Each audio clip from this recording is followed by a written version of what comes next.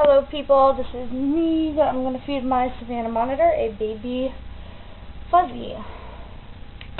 And it's frozen, and I'll explain everything afterwards.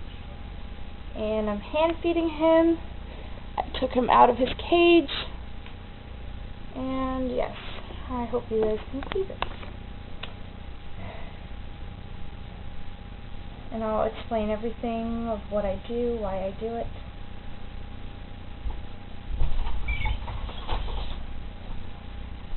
Ew, what? I'm taking a video. And I get a box of these frozen fuzzies, 6 of them for $10.99 at PetSmart, Petco, wherever you go. And it looks like he's still hungry.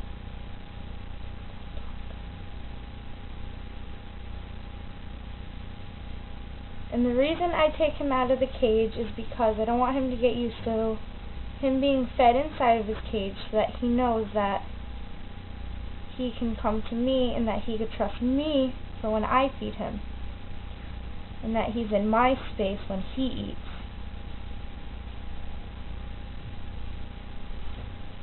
So he's not in his space and he's going to get all territorial. And I hope you guys can see him. Yes. And he's a little baby. We just started to feed him these fuzzies. He just got old enough and he's large enough to chow those down. And after you feed them, you do not want to pick them up right away because they just ate. And yes, this is him. And also, especially with Savannah monitors, any lizards, you have to be very slow around them. Don't just be like, wow, and grab them like that. You have to be slow. Like this. Especially with monitors. And I'm going to try to put him back so I could explain to you guys how without him getting scared or hurting his belly.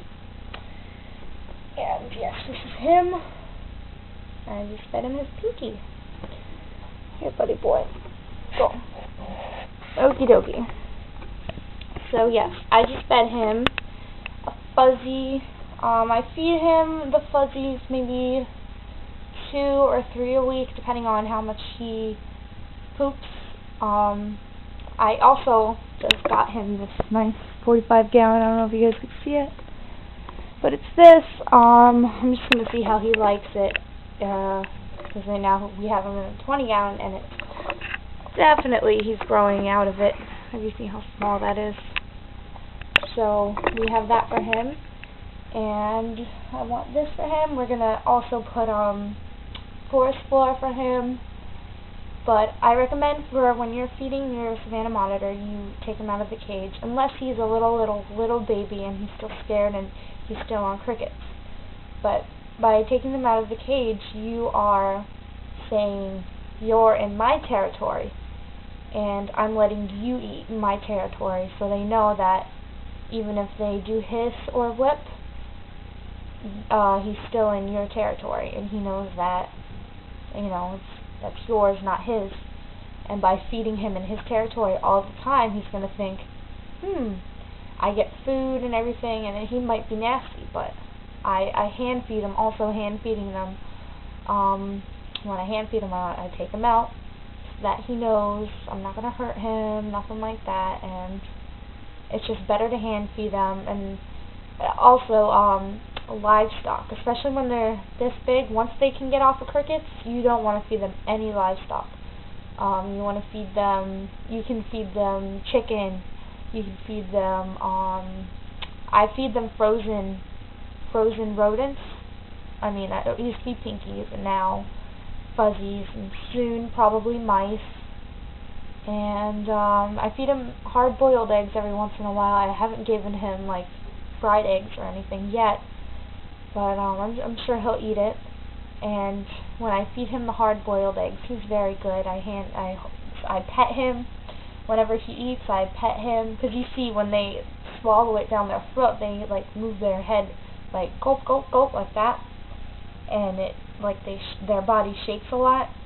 So you have to be very gentle when you pet them because you don't want to scare them because they're getting all that down their throat. And yeah, so that's my Savannah monitor. That's how I feed him. He's very good. I can take him out. He trusts me. I trust him. You still want to be very slow around them. You don't want to be fast at all because they will just get vicious like that. You don't want to feed them. You don't want to go, like, especially when they're adult. I saw a video of some guy that had a baby bunny rabbit, and actually it was a Nile monitor as well, and he couldn't even stick his hand in a tank, and that's not good. You want to be able to stick your hand in the tank, and, like, yeah, you want to be able to enter their territory as well as them enter your territory. You know, you want them to trust you in their house, and you have to trust them in your house, which is basically what we're doing. And then he trusts me. I hand feed him, so that's me showing him that I trust him, and him showing me that he trusts me and stuff. So yes, that's my Savannah monitor, and those are some tips and stuff on how to feed them, especially when they're that big. Because right now he's about maybe, I don't know if you guys can see, but from like my wrist to my elbow, maybe a little longer because of his tail. His tail's nice and fat. And also you don't want to overfeed them. Like, he will keep eating until he is overfed and his stomach is like round like that. That's not good. You want his stomach to be like this, not really round, because that can cause impaction or constipation, and that's just not good for them. And also, when they eat, you want to make sure that they have enough heat so that they can digest their food. If they can't digest it, they're going to get impaction, and it's not good for them. So you want to make sure that everything is right for the monitors. And you got to remember, they are dinosaurs. Well, not really, but they are. You really think about it, and they're not domesticated like a cat or a dog. So do not, if you're starting off with a monitor, I would say a Savannah monitor, but I would never say if you're a starter for lizards, reptiles, or anything, never start off with a monitor. You don't know what you're getting yourself into. I mean, I started off with an iguana, but that's because I also had the help, my boyfriend, he's been doing reptiles since he was 8, and he was, what, 17? So, 10 years about, almost. And so I had the help of him, but still, just the natural instincts of, duh, you know, it's not that hard to take care of an iguana, you know, and so, yeah. So he definitely wants out of this tank. I can't wait to get him inside this. And I'll see you guys later, and thank you for watching.